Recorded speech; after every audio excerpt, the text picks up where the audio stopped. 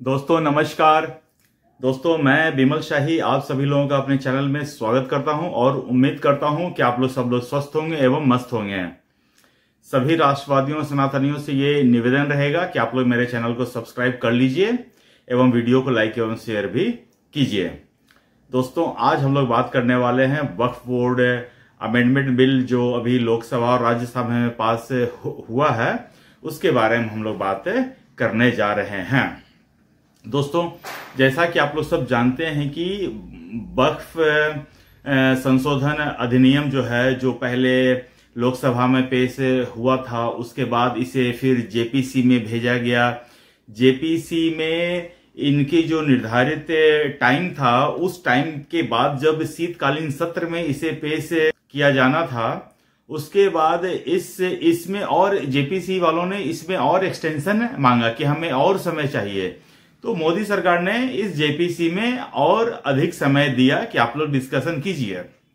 लेकिन जेपीसी में भी आप देखे होंगे कि हर समय मार की खबर आती थी, बहस की खबर आती थी, आर्गुमेंट्स की खबर आती थी, और कभी भी सौहार्दपूर्ण वातावरण में जेपीसी का एक भी मीटिंग हुआ नहीं था।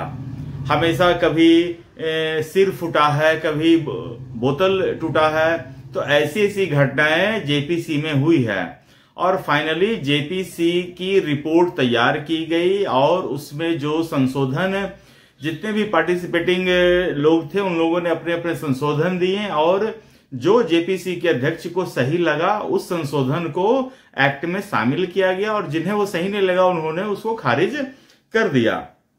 उसके बाद लोकसभा और राज्यसभा में रिकॉर्ड चर्चा के साथ ये बिल पास हुआ। दोस्तों आपको जानकर आश्चर्य होगा कि दोनों सदन में बिल रात के 2-2 बजे पास हुआ है। इतनी गहन चर्चा के बाद अच्छा पास तो हो गया, लेकिन अब जो है अपोजिशन पार्टीज के जो लोग हैं, कांग्रेस हैं, ओवैसी जी की पार्टी है, डीएमके हैं, तृणमूल कांग्रेस हैं, आरजेडी हैं, समाजवादी पार्टी हैं, आम आदमी पार्टी हैं, इनको इतने से भी चैन नहीं है। अब ये लोग क्या कह रहे हैं कि हम इस बिल के खिलाफ सुप्रीम कोर्ट जाएंगे, वहां पर अपील करेंगे। जी हां दोस्तों, सुप्रीम कोर्ट एक कॉन्स्टिट्यूशनल अथॉरिटी है और वो किसी भी संविधान को चेक कर सकती है। जो सदन से पारित हुआ है वो उसको कॉन्स्टिट्यूशनल वैलिडिटी दे सकती है कि हाँ ये संविधान की जो आत्मा है उसको कहीं कुठाराघात तो नहीं कर रही है। तो संविधान और सुप्रीम कोर्ट एक दूसरे के पूरक हैं। सुप्रीम कोर्ट जो है संविधान की व्याख्या करने के लिए बैठा है। तो अगर आपको किसी भी संविधान या कानून से प्रॉब्लम है तो आप उसकी व्याख्या के लिए सुप्रीम कोर्ट जा सकते हैं, यह तो सबका अधिकार है। तो अपोजिशन वाले अपने इस अधिकार का उपयोग करके सुप्रीम कोर्ट जाना चाहते हैं, तो बड़ी अच्छी बात है। मुझे बस इतना ही कहना है कि आपको क्या लगता है अपोजिशन वाले, बीजेपी को आपने क्या इतना कमजोर समझा है क्या कि वो ऐसे ही बिना रिसर्च किए हुए वक्फ बोर्ड पर कानून बना के ले आया ताकि आप लोग उसको जाकर कोर्ट में चैलेंज करो और उस कानून के ऊपर सुप्रीम कोर्ट रोक लगा देगा क्या? जब 2019 में राम मंदिर के ऊपर सुप्रीम कोर्ट का निर्णय हुआ था, तब भी तो आप लोग गए थे ना सुप्रीम कोर्ट। सुप्रीम कोर्ट के फैसले के खिलाफ सुप्रीम कोर्ट आप लोग गए थे। क्या हुआ नतीजा? हारे ना, तसल्ली मिली ना। उसके बाद जब संसद से धारा 370 पर चर्चा हुई, उसे हटाया गया, अपोजिशन वाले फिर से भागे भागे सुप्रीम कोर्ट गए हैं। क्या हुआ नतीजा? हारे ना। आपकी कहीं सुनवाई नहीं है। अब इस मामले में फिर आप देखिए, पहले जब लोकसभा में जब ये बिल पेश किया गया तब आप भागे, उसके बाद इसको आप बोले कि जेपीसी में भेजा जाए, जेपीसी में भी आप भागते भागते फिर रहे थे। आप किसी तरह टाइम बोरो करना चाहते थे कि आप किसी तरह इस बिल को हम एक्सटेंड कर सके, जितना दिन खींच सकते हैं खींचें। बस अपोजिशन के सांसदों की इतने ही मंशा थी, इससे न कम न ज्यादा।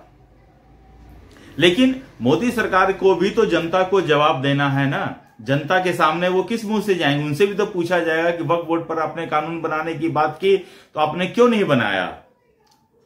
तो जेपीसी पहली बार जब ये बिल जो है जेपीसी में गया था तो मैं बहुत सारे न्यूज चैनल पर जो पत्रकार महोदय सब जो होते हैं तो वो उनकी जो भाषा थी बात करने की उसको देखकर मैं स्वयं चिंतित हुआ था कि जेपीसी में बिल जाने का मतलब है कि इसको ठंडे बस्ते में डाल दिया गया है।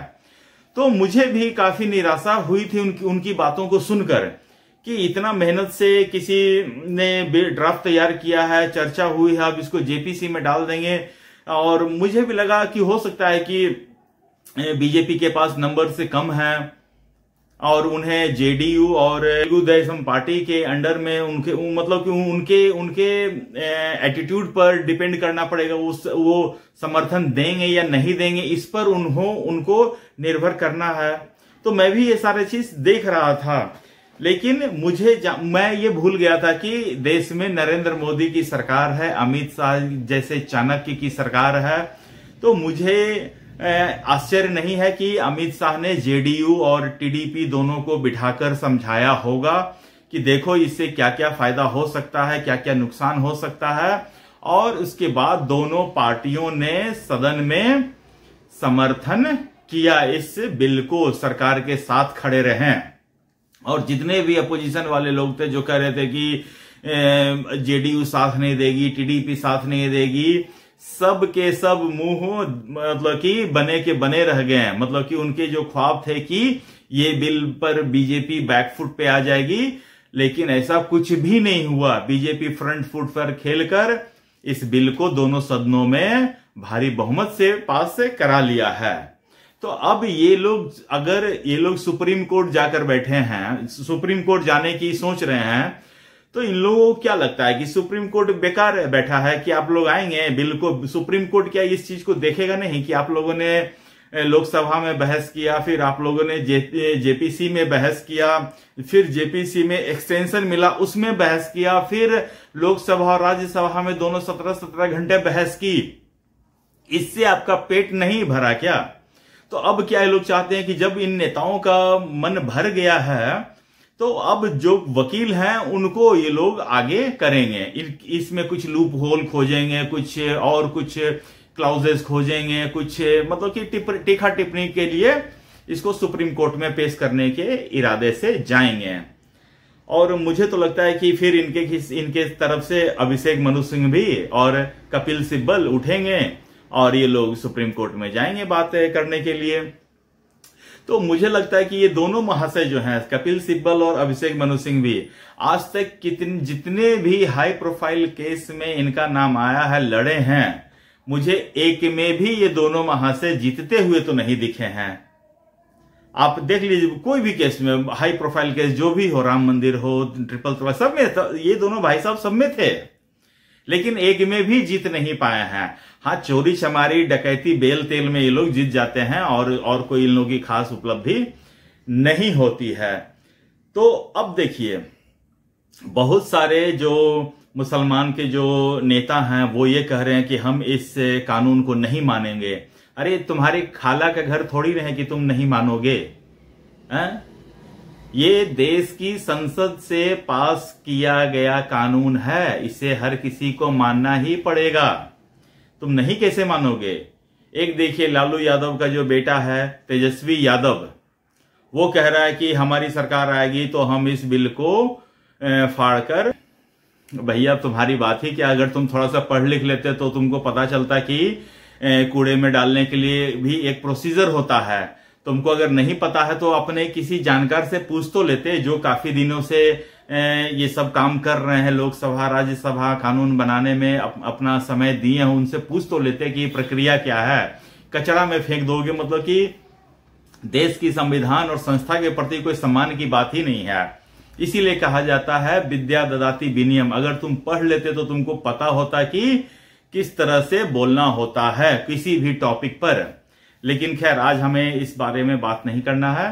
तो दोस्तों, सुप्रीम कोर्ट एक बार फिर से कमर कस चुकी है। उन्हें एक बार फिर से एक हैवी वेट बिल के विरोध में लोग सुप्रीम कोर्ट पहुंचेंगे और भारत सरकार भी अपना एक पार्टी इसमें बनेगी, वो भी अपना केस रखेंगे। देखते हैं फिर आगे क्या होता है। और आप लोग मेरे चैनल को सब्सक्राइब कर लीजिएगा, वीडियो को लाइक और शेयर भी कर दीजिएगा। तब तक के लिए आप अपना ख्याल रखिए, स्वस्थ रहिए, मस्त रहिए। नमस्ते, बाय।